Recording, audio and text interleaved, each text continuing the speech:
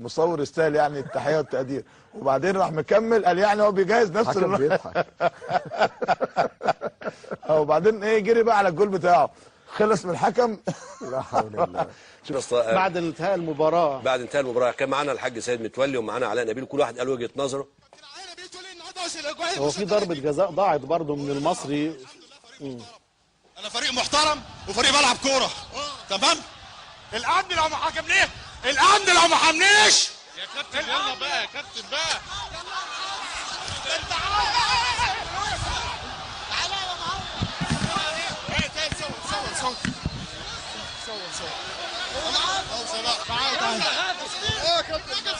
صلاح تقول لي صلاح مارادونا نجم نادي، ما انتوا ليه في الاحداث ديت يا هو ليه يعني بينضرب يعني عشان تعادلنا نضرب نعمل ايه يعني؟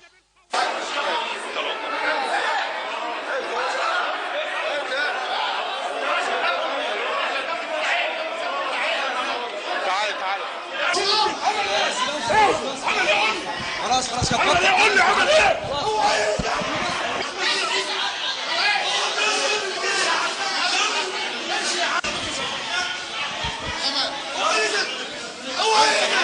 مش هسيبهم.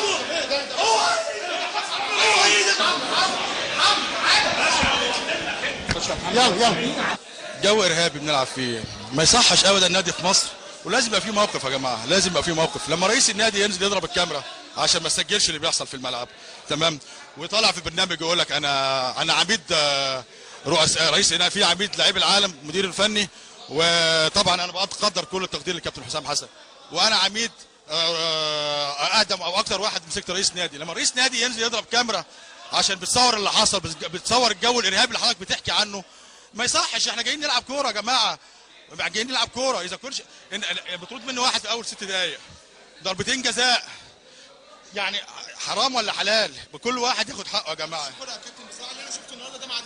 ما فيش كوره. اذا كنتوا يا جماعه عايزين تخلوا انديه معينه وانديه ثانيه تنزل نفضها سيره، ده مجهود ناس وعرق ناس، واحنا النهارده كنا هنموت بعد المباراه. النهارده اتشال من على دماغي، يمكن جه على ايدك انت عايش، كنت هموت فيه. وعوده اتضرب، كابتن عوده اتضرب، مدرب الفرقه اتضرب، واللعيبه اتضربت. انا ما اعرفش، انا من خلال قناه دريم انا بقول اهو، هاتوا لنا حقنا، احنا هاتوا لنا حقنا يا جماعه. ده اللي بيحصل ده حرام يحصل في اي حته في مصر. احنا انديه محترمه، رحنا الاسماعيليه ناس محترمين، رحنا اسكندريه ناس محترمين، رحنا المحله ناس محترمين، رحنا الالومنيوم، رحنا السويس. اشمعنى هنا؟ هما يعني عشان بتقلل لجمهور بورسعيد ما تقدرش تاخد؟ لا ما ينفعش، لازم يبقى في وقفه، لازم يبقى في وقفه يا جماعه. انا النهارده انا ولعبت كنا هنموت. اسامه السيد نجم نادي المقاولين العرب واللاعب المصري السابق، بصراحه كده شايف الحاج سيد متولي بيتعرض لاسامه السيد بالضرب بالقلم على وشك، تقولي النهارده بعد نقطه التعادل الثمانيه نادي المقاولين؟ هو الحمد لله ربنا كريم على النقطه اللي احنا خدناها. احداث المباراه فعلا كانت صعبه جدا، يعني الجمهور بتاع بورسعيد بصراحه جمهور معذور، يعني نفسه فرقته تكسب تاخد 3 بونت، ومعلش النهارده كان حظهم وحش. وبالنسبه لموضوع الحاج سيد، وانا داخل من الطرقه بتاعه الباب فعلا، يعني هو مد ايده وكده، بس يعني انا ما اقدرش اتكلم، يعني الراجل ده برضه. جمهور بورسعيد النهارده بيتهم اسامه السيد بالخيانه، هي دي كوره؟ لا هي مش موضوع خيانه، هم فعلا كانوا عايزين ان انا يعني اساعدهم، بس انا يعني والله العظيم انا بحب النادي المصري وبموت في النادي المصري، بس ده رزقي يا جماعه، ده رزقي، وانا ما اقدرش اعمل اي حاجه خالص. يعني اعمل ايه؟ اساعدهم يعني ان هم يكسبوا؟ ما اقدرش، بس انا بقول للناس انا بحبكم فعلا، ومعلش على الماتشات الجايه يعني ربنا يكرمكم وان شاء الله تكسبوا الماتشات الجايه. انا مش عارف اقول ايه، احنا امتى نيجي مثلا بورسعيد وناخد حقنا؟ بقالنا ده مش ممكن، بقالنا 8 سنين كده. جه مره كابتن احمد سعيد كان كابتن فريق قبلنا، خد قايش على دماغه وتنه راقد في المستشفى 8 ايام، وقال لك الماتش هيتعاد على 8 دقائق. من سنتين محسوب لنا ضربتين جزاء ومطرود مننا 2 لعيبه. السنه اللي نزلنا فيها سنه 2002 برضو اتطرد مننا 2 لعيبه. النهارده ايه اللي بيحصل ده؟ ايه اللي بيحصل ده؟ سيبك بقى من الكوره، لا سيبك من الماتش وسيبك من التحكيم ايه ده؟ ايه اللي بيحصل ده؟ ماشي في الطرقه، اللعيبه ماشيه، الراجل رئيس النادي جاي مع الرجاله بتاعته عاملين يضربوا ده بالاقلام وده بالبنيات. يمكن حضرتك شفت، لازم تكون سجلت الحاجات دي، لازم تطلع على الهوا. مش ممكن، ايه ده؟ دي مش كوره دي ولا رياضه، دي مش كوره ولا رياضه، استحاله. انا بقول اهو، انا ما بيفرقش معايا حد. احنا قلنا وحذرنا قبل الماتش، حذرنا الناس المسؤوله، قلنا الراجل ده لازم يبقى احسن من كده. الراجل ده بيتمرن كتير في نادي المقاولين، قعدته واكله وكل حاجه في نادي المقاولين. يعني ما ينفعش، يعني حتى العاطفه عنده هتبقى الاولويه لنادي المقاولين.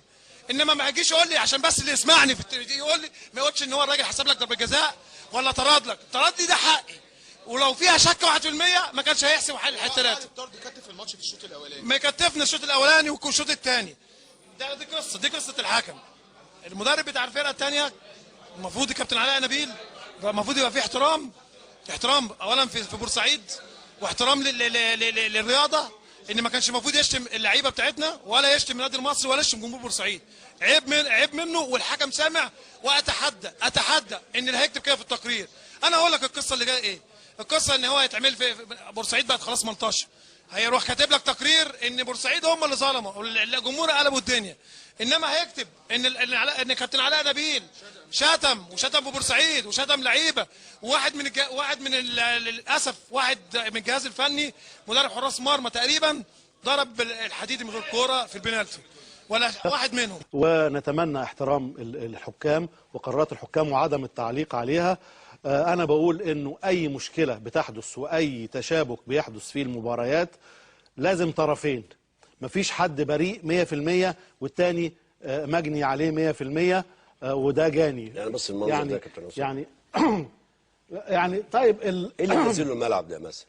يعني هي يعني ما الاشتباك ده مش ممكن يكون طبعا في الشخص اللي بيعتدي ده لابد انه تم استفزازه. يعني انا ما اعرفش ايه يعني ما تقدرش تجيب اللقطه دي معزوله عن الواقع كله، عن الموقف كله. ايه اللي سبق هذا الكم من الاعتداء على علاء نبيل او على يعني مش ممكن الكلام ده يكون من تلقاء نفسه، لابد ان يكون في استفزاز، واستفزاز متبادل. انا ما بدافعش عن حد والمسائل يتحقق فيها، انما عشان اجتزئ لقطه فيها واحد بيضرب واحد وبعدين